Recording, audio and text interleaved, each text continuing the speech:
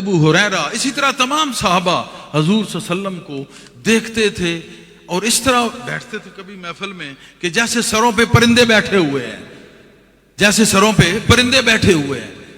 اتنا ادب، ایسے سر جھکا کے. ان کو بہتر پتا تھا کہ شرک کیا ہے.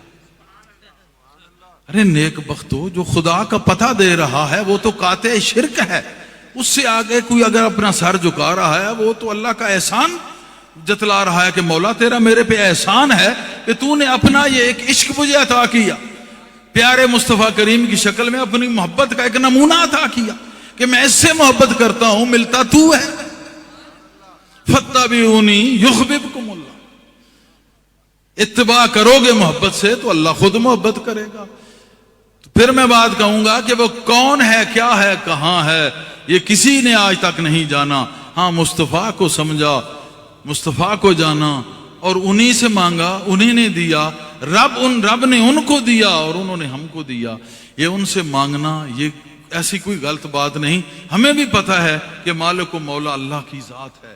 الحمدللہ رب العالمین میں ہم یہی کہتے ہیں نا کہ سارے جہانوں کو پالنے والا.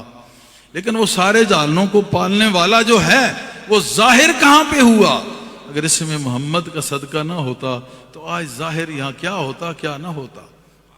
بلا شک و شبہ مالک و مولا وہی ہے، لیکن دے رہا ہے تو وسیلہ مصطفیٰ کا دے رہا ہے. اس بات پہ یقین رکھنا ضروری ہے. حضرت ابو ہریرہ چلے جاتے ہیں میری مصطفیٰ کی بارگاہ میں، کہتے ہیں حضور مجھے یاد نہیں رہتا. آپ نے یہ نہیں کہا کہ فلاں جا کے معجون لے لو، فلاں جا کے خمیرہ گو زبان کھا لو، یا فلاں ڈاکٹر کے پاس چلے جاؤ، حکیم کے پاس چلے جاؤ، یا ایسا کرو کہ 2 رکعت نفل پڑھو اور اللہ سے دعا مانگ لو. آپ نے ایسا نہیں کہا. بخاری شریف کی حدیث ہے، حضرت ابو ہریرہ روایت کر رہے ہیں. کہا مجھے کچھ چیز یاد نہیں رہتی. مصطفیٰ بھی سمجھ گئے کہ جس کو میں یاد رہ جاؤں کوئی شے رہتی بھی نہیں.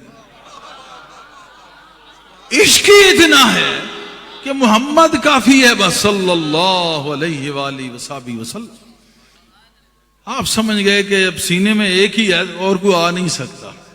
کہا چلے ٹھیک ہے، علم نشرح